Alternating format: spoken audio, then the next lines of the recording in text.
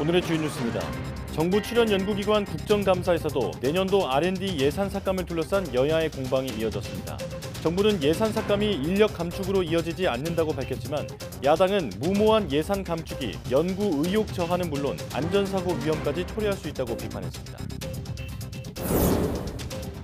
정부가 2010년에서 2014년 사이 태어난 아동 가운데 임시 신생아 번호만 남은 9천여 명에 대한 전수조사에 나서기로 했습니다. 임시 신생아 번호는 출생신고 이후 주민등록번호로 전환되는데 보건복지부는 임시 신생아 번호로만 남은 아이들에 대한 추적에 나설 예정입니다. 우리나라 여성의 기대 수명은 86.6세로 80.6세인 남성보다 오래 사는 것으로 나타났습니다. 하지만 노년기 신체 활동에 영향을 미치는 골관절염과 골다공증 유병률이 남성의 3배를 기록하는 등 여성의 건강 상태는 남성보다 더 나쁜 것으로 드러났습니다. 최근 중국 어린이들 사이에서 바이러스와 세균의 중간쯤인 마이코플라스마 폐렴이 크게 유행하고 있습니다. 전문가들은 강력한 격리와 봉쇄로 일관했던 지난 3년간의 제로 코로나 정책이 오히려 자연 면역 형성에 역효과를 낸 것으로 분석하고 있습니다. 미국 루이지애나주에서 이른바 슈퍼 안개로 차량 158대가 연쇄 추돌하면서 최소 7명이 숨지는 사고가 발생했습니다. 짙은 안개에 인근 습지에서 발생한 화재의 연기까지 더해져 슈퍼 안개가 만들어진 건데 가시거리가 채 3m도 되지 않아 큰 사고로 이어졌습니다.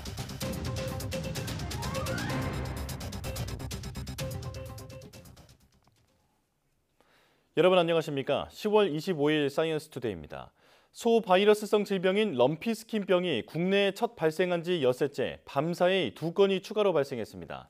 럼피스킨병 중앙사고수습본부는 오늘 오전 8시 기준 충남 서산과 홍성에 있는 한우 농장에서 확진 판정이 나왔다고 밝혔습니다. 이로써 럼피스킨병 확진 농가는 현재까지 모두 29곳으로 늘었습니다. 앞서 어제 럼피스킨병이 그동안 발생하지 않았던 인천 강화와 강원 양구에서도 확진 사례가 나와 전국으로 확산할 조짐을 보이고 있습니다. 의심 신고를 받고 현재 검사 중인 7건도 있어서 확진 사례가 추가될 가능성이 있습니다. 최근 중국에서는 어린이들 사이에서 마이코플라스마 폐렴이 유행하고 있습니다. 제로 코로나 3년 강력한 방역 통제가 자연 면역 형성에 역효과로 작용했다는 분석도 나옵니다. 베이징 강정규 특파원입니다. 수액을 맞는 환자들로 병원 로비까지 가득 찼습니다. 이 아동병원은 아이들이 주사바늘을 꽂은 채 숙제를 할 수 있도록 책상까지 가져다 놨습니다. 넘쳐나는 환자에 병원 밖에 링거 텐트촌이 생길 정도입니다. 怀疑它是病毒性或者细菌性的感冒，因为它烧呢持续性就是39度几一直在发，那我们也是持续的给它吃药，但是持续它不见好转。 최근 중국 어린이들 사이에서 마이코플라스마 폐렴이 유행입니다. 바이러스와 세균의 중간쯤인 마이코플라스마는 마른 기침과 인후통 같은 감기 증상을 유발합니다. 증상이 2주 이상 오래가는 게 특징인데 심할 경우 고열이나 호흡곤란, 백폐 현상까지 나타납니다. 支原体的白肺是因为它气道堵了，新冠的白肺呢，就肺的水，就我们俗称水的多了。 이 폐렴의 유행 주기는 3년에서 5년. 중국에선 2018년에 크게 퍼진 적이 있습니다. 제로 코로나 3년 동안의 격리와 봉쇄, 마스크 착용 생활화 등이 오히려 역효과로 작용했다는 분석도 나옵니다. 整个疫情控制3年的话，这个支原体的支原体的感染率非常低有关系，人群的整体的这样的一个免疫功能下降呢是有关系的。 감염은 다음 달 정점을 찍을 전망인데 치료제 사재기 때문에 약을 구하기도 쉽지 않습니다. 우리나라에서도 코로나19 이전인 2019년에 마이코플라스마가 유행했던 만큼 대비가 필요한 시점입니다. 베이징에서 YTN 강정규입니다. 우리나라 여성은 남성에 비해 오래 살지만 질병 부담이 더 큰 것으로 나타났습니다. 질병관리청과 국립보건원이 발표한 제5차 여성 건강 통계를 보면 우리나라 여성의 기대 수명은 86.6세로 남성 80.6세보다 오래 사는 것으로 나타났습니다. 하지만 골관절염을 앓는 여성은 전체의 10%로 남성보다 3배 많았고 골다공증을 앓는 여성은 전체의 7%로 남성보다 10배나 많았습니다. 여성의 암 발생률은 인구 10만 명당 321명으로 20년 전보다 1.6배 증가했고 특히 폐암과 췌장암 환자가 많이 늘어난 것으로 나타났습니다. 남녀 간의 신체 활동 실천율을 보면 성인 여성의 근력운동 신청률은 16.4%로 남성의 절반 수준이며 유산소 신체 활동 역시 남성의 87% 수준인 것으로 조사됐습니다. 보건복지부가 2010년에서 2014년생 아동 가운데 임시 신생아 번호만 남은 9,603명에 대한 전수조사에 나섭니다. 임시 신생아 번호는 태어나고 12시간 내 접종하는 B형 간염 접종 관리를 위해 부여하는 7자리 번호로 출생신고 뒤 주민등록번호로 전환됩니다. 복지부는 예정접종 통합관리 시스템에 임시 신생아 번호로만 남아있는 아동들에 대해 출생신고 여부와 소재 및 안전 확인을 위해 조사에 나설 방침입니다. 이를 위해 복지 담당 공무원과 주민등록 담당 공무원이 가정을 방문하는 방법으로 전수조사할 예정입니다. 앞서 복지부는 2차례에 걸쳐 2015년부터 2023년 5월 사이에 태어난 임시 신생아 번호 아동 조사를 실시했습니다. 미국 루이지애나주에서 짙은 안개로 차량 158대가 연쇄 추돌하면서 최소 7명이 숨지는 사고가 일어났습니다. 당시 도로의 가시거리가 3m도 되지 않는 짙은 안개가 깔리면서 큰 사고로 이어졌습니다. 김진호 기자의 보도입니다. 루이지애나주 뉴올리언스 맨체크의 I-55번 주간 고속도로입니다. 짙은 안개 속에서 발생한 연쇄 추돌로 많은 차들이 뒤엉켜 있습니다. 도로는 마비됐고 사상자가 속출했습니다. 도로변에는 다친 사람들이 쓰러져 있고 차에서 빠져나온 사람들은 휴대전화로 연락하느라 분주합니다. 월요일 아침 시간에 가시거리가 3m가 채 되지 않는 짙은 안개가 깔리면서 차량 158대가 잇따라 부딪혔습니다. 이 사고로 일부 차량은 불이 났고 충돌로 부서진 차량들이 1.6km에 걸쳐 뒤엉켰습니다. 최소 7명이 숨지고 25명이 다쳤습니다. 현지 당국은 이번 사고가 짙은 안개와 인근 습지에서 발생한 화재의 연기가 복합적으로 작용하면서 생긴 이른바 슈퍼안개 때문이었다고 밝혔습니다. 사고 이후 촬영된 영상에는 뉴올리언스 인근 55번 주간 고속도로에 뒤엉키고 그을린 차량들이 길게 늘어선 모습이 담겨 있습니다. 일부 차량은 다리 밖으로 추락하기도 했습니다. 소방관들은 찌그러진 자동차들의 잔해를 헤쳐나가며 구조 작업을 벌였습니다. 부서진 차량들이 워낙 많아 고속도로는 저녁 무렵까지도 기능을 회복하지 못했습니다. YTN 김진호입니다. 이스라엘의 봉쇄 조치로 가자 지구내 연료 부족이 심화한 가운데 UN 팔레스타인 난민 구호 기구가 연료 부족을 이유로 활동 중단을 예고했습니다. UN 팔레스타인 난민 구호 기구는 현지 시간으로 어제 소셜미디어 X를 통해 만약 긴급하게 연료를 확보하지 못한다면 우리는 내일 밤 가자 지구에서 활동을 중단할 수밖에 없다고 밝혔습니다. 이 기구가 활동을 중단할 경우 최근 이집트를 통해 가자 지구에 전달되는 소규모 구호품 지원도 어렵게 될 전망입니다. 앞서 난민 구호 기구의 타마라 일리파이 대변인은 최근 로이터 통신에 연료가 아주 긴급하게 필요하다. 연료 없이는 구호품 운반용 트럭이 움직일 수 없다고 말했습니다. 이스라엘군은 하마스의 군사 작전용으로 이용될 수 있는 연료 반입을 허용하지 않겠다는 입장을 재확인했습니다. 구글이 무력 충돌이 발생하고 있는 이스라엘과 팔레스타인 가자 지구에서 실시간 교통 상황 서비스를 차단한 것으로 알려졌습니다. 구글 대변인은 성명에서 이전에도 그랬던 것처럼 지역사회의 안전을 고려해 갈등 지역에서 실시간 교통 상황과 혼잡 정보 제공 서비스를 일시적으로 차단했다고 밝혔습니다. 구글의 이 같은 실시간 서비스 차단은 이스라엘이 하마스 근거지인 가자 지구에 대한 지상군 투입이 임박한 가운데 나왔습니다. 블룸버그 통신은 구글의 이런 조치가 이스라엘군의 요청에 의한 것이라고 전했습니다. 지상군 투입 경로가 하마스에 노출되지 않도록 하려는 조치로 풀이됩니다. 구글은 지난해 러시아가 우크라이나를 침공했을 때도 지도상의 실시간 교통정보 데이터를 차단했다고 로이터 통신은 전했습니다.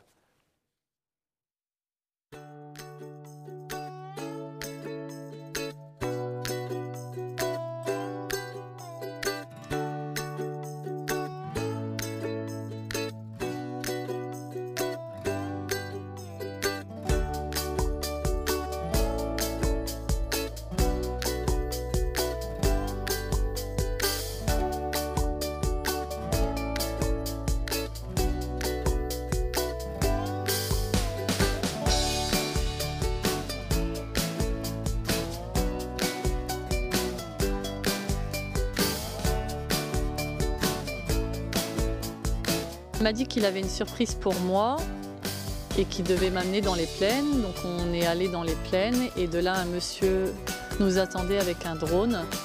Il a fait élever le drone et en fait au fur et à mesure, en me montrant les plaines, j'ai vu un message et c'était noté « Veux-tu m'épouser ?»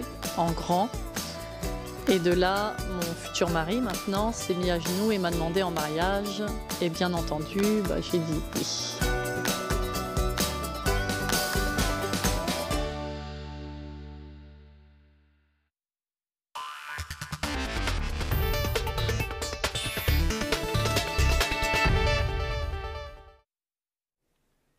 스물다섯 개의 과학기술 정부 출연 연구기관 국정감사에서 R&D 예산 삭감을 둘러싼 공방이 이어졌습니다.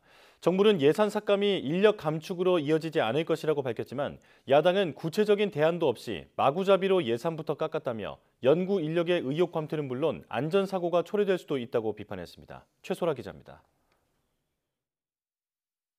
과학기술정보통신부 유관 연구기관과 정부 출연 연구기관 국정감사에서 내년도 R&D 예산 삭감이 도마에 올랐습니다. 2024년도 R&D 예산에 관련해서는 과학기술께서 느끼는 것은 거의 첨사 수준이다. 이렇게 느끼고 있거든요. 더군다나 전체 국가 예산이 3%가 늘었는데도 불구하고 R&D 예산은 16% 이상이 삭감됐다. 정부는 이 같은 출연년 전반에 걸친 예산 삭감이 인력 감축으로 이어지지 않을 것이라고 밝혔지만 연구개발 적립금하고요. 기술료를 받아놓은 것들을 가지고 일단 학생 연구비로 쓸 수 있도록 저희가 정리를 했고요. 물론 줄이지 않고. 야당은 구체적인 계획도 없이 예산부터 삭감했다면서 비판했습니다. 인건비 지원 규모에 대한 계획이 수립돼 있냐고요? 협의가 있었고 구체적인 계획은 세우고 있는 걸로 알고 있습니다. 그냥 일단 예산부터 삭감해 놓고 거기에서 희생양처럼 피해자처럼 당하시는 분들은 안중에도 없습니까? 과기부가? 저희가 명확하게 보면은 사실은 사용하면 안 되게 돼 있어요. 자체 연구개발 사업, 교육훈련 사업, 기관 발전 사업, 발전을 위한 사업 등으로 돼 있어요.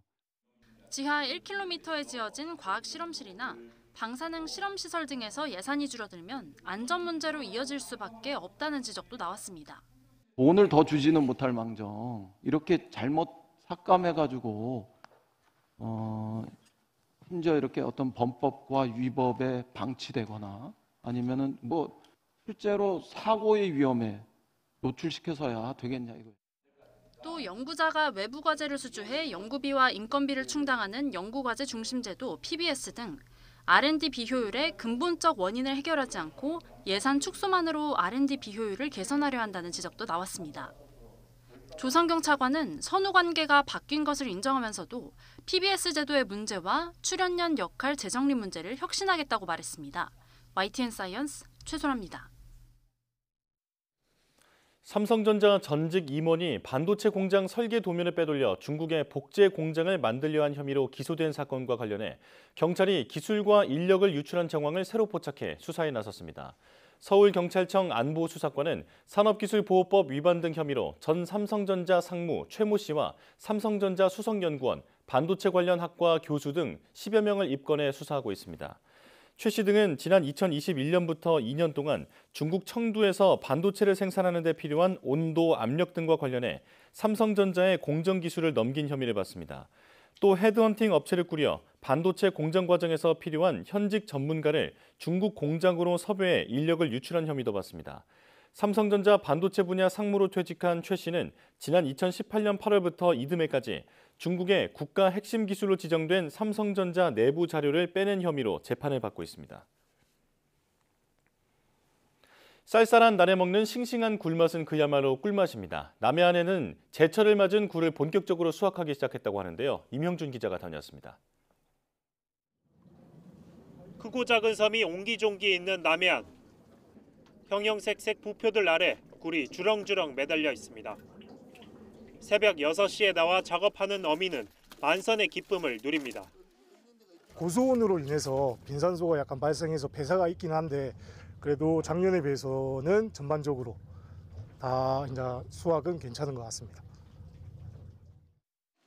굴 껍데기를 벗기는 작업장인 박신장엔 갓굴이 산더미처럼 쌓여 있습니다. 경력 30년 베테랑을 비롯한 숙련된 작업자들의 굴 까는 손길이 분주합니다. 칼로 껍데기를 벌리고 굴 눈을 도려내면 알이 굵은 생굴이 우윳빛 자태를 드러냅니다. 제철을 맞은 통영 굴입니다. 한 입 먹어보면 입안에 바다 내음이 가득합니다. 위판장에선 한 해의 첫 경매인 초매식이 열려 굴풍어를 기원했습니다. 오후 4시가 되자 경매사 진행으로 햇굴 경매가 시작됩니다. 중도매인들은 한 손에 응찰기를 쥔 채 눈치 싸움을 벌입니다. 이날 경매에 나온 굴은 54톤가량, 10kg당 92,000원꼴로 거래됐습니다. 한려수도에서 연안에서 생산되는 굴들은 진짜 이 청정해역에서 생산되기 때문에 원전 오염수에 대해서는 조사를 했기 때문에 안심하고 드셔도 아무런 관계가 없습니다. 찬바람 불면 생각나는 굴은 올해도 겨울철 밥상을 풍성하게 만들 전망입니다. YTN 임영준입니다.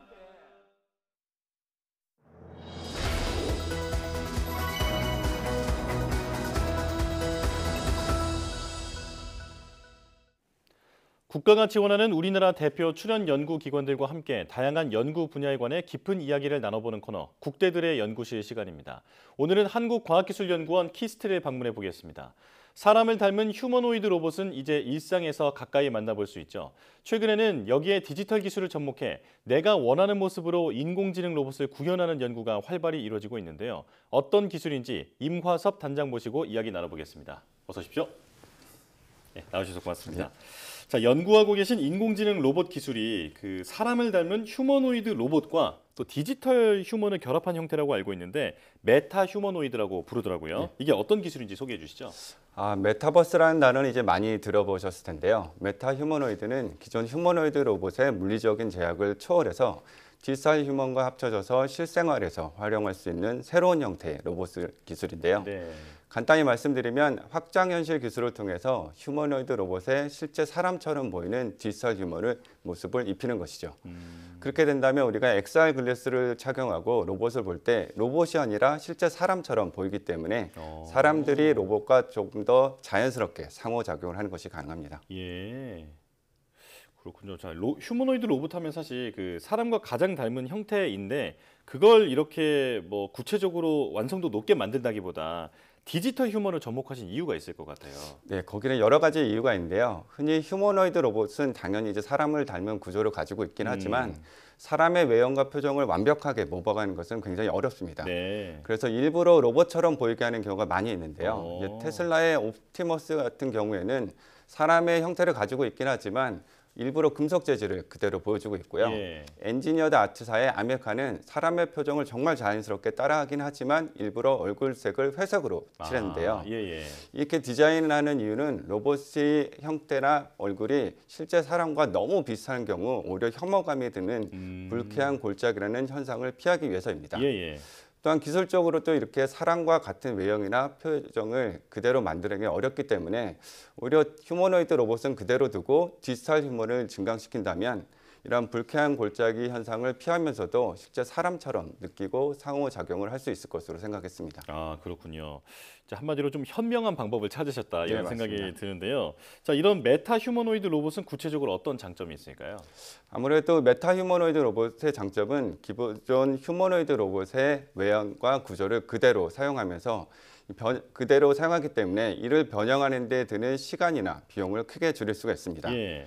최근 유행하는 디지털 휴먼 기술을 활용하면 사용자의 요구나 개인의 취향, 심지어 현재 유행하는 사람들의 스타일까지 그대로 반영해서 적용할 수 있습니다. 이런 방식은 동일한 하드웨어를 기반으로 다양한 감성적인 인터랙션을 가능하게 하고요. 적은 비용으로 다양한 상황에 적용할 수 있기 때문에 굉장히 많은 장점을 가지고 있습니다. 그렇군요. 그러니까 한마디로 사용자가 원하는 모습으로 휴머노이드 로봇을 바로바로 바꿀 수 있는 그런 기술이라고 볼 수 있겠는데요. 그렇다면 활용 분야도 크게 넓어질 것 같은데 어떻게 기대하시나요? 일단 외형을 쉽게 바꿀 수 있다는 부분 때문에 활용 분야가 굉장히 넓어지는데요. 간단하게 예를 든다면 멀리 떨어진 가족이나 친구들이 휴머노이드 로봇을 통해서 바로 옆에 있는 것처럼 같이 뭔가 일을 한다는 것이 가능해질 거고요. 또한 그 여러 가지 이유로 뭐 장애가 있거나 다양한 사정으로 외부 활동이 좀 제한된 사람들도 이러한 기술을 통해서 사회 활동을 이어갈 수 있는 것이 가능합니다. 네네. 실제로 일본에서는 원격에서 조정하는 로봇을 활용한 로봇 카페가 있는데요. 모두 동일한 로봇을 사용하는 대신에 그 사용자의 디지털 휴먼이 증강된 로봇을 사용한다면 손님들이 로봇이 아니라 실제 사람처럼 대할 수 있기 때문에 긍정적인 효과가 있을 것으로 생각을 하고요. 마지막으로 상업적인 환경에서도 이 기술은 굉장히 장점이 많은데요. 예를 들어서 이제 매장에 들어갔을 때 소비자의 취향에 따라 로봇의 외형을 쉽게 바꿀 수가 있다면 손님들에게 더 친근하고 개인화된 경험을 제공하기 때문에 매장의 매출 증대로 이어질 수 있을 것 같습니다. 예, 자, 이렇게 여러 장점이 있다 보니까 세계 곳곳에서도 이런 메타 휴머노이드 기술을 연구하고 있을 것 같은데 우리나라의 기술 수준은 지금 어느 정도까지 올라와 있습니까? 현재 이제 메타 휴머노이드라는 용어 자체는 저희가 처음으로 아마 제안한 것으로 알고 있긴 한데요. 이제 비교적 새로운 분야이다 보니까 이제 국내에서도 저희 팀 외에는 많은 연구가 이루어지지는 않는 것으로 알고 있습니다. 이게 아무래도 디지털 휴먼 기술, 그리고 휴머노이드 로봇 기술, 인공지능 기술 등 다양한 기술이 결합되기 때문에 많은 연구자들이 필요하기도 하고요. 현재에서도 이 연구를 위해서 키스의 인공지능 연구단, 그리고 지능로봇 연구단, 그리고 건국대가 협력하여 연구를 진행을 하고 있습니다.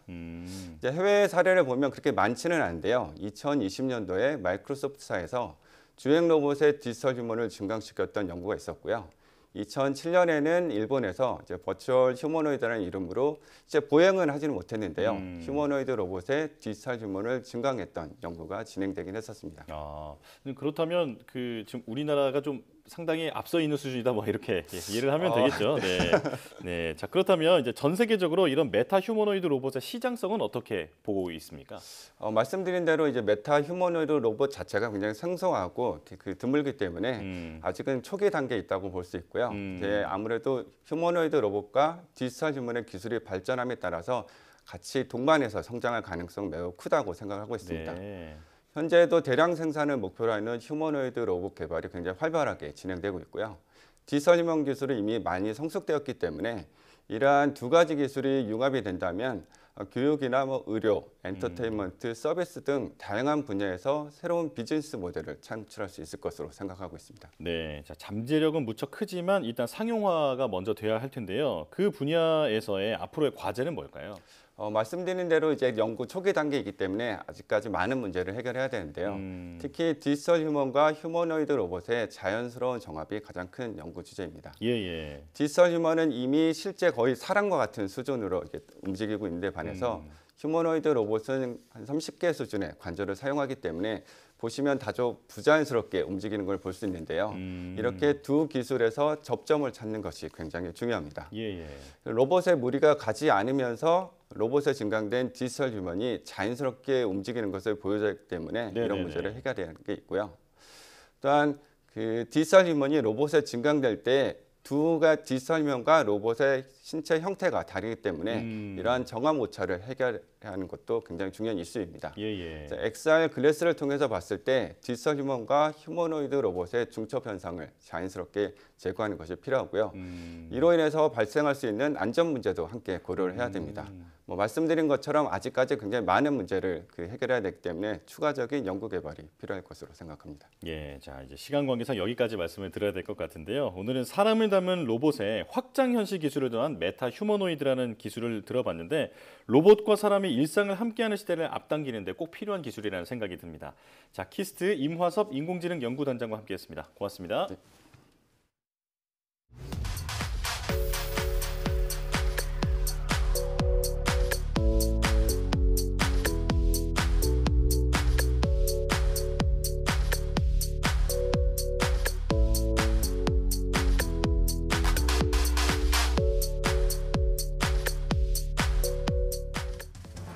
중국에서 어린이 폐렴이 대유행하고 있다고 하죠. 지난 3년간 강력한 코로나 방역이 이뤄지면서 다른 질병에 대한 자연 면역이 형성되지 않은 영향으로 보이는데요. 우리도 이런 위험에서 완전히 자유로울 수는 없는 만큼 새로운 질병 유행에 대비한 준비가 잘 되어 있는지 점검해둘 필요가 있겠습니다. 뉴스 마칩니다. 고맙습니다.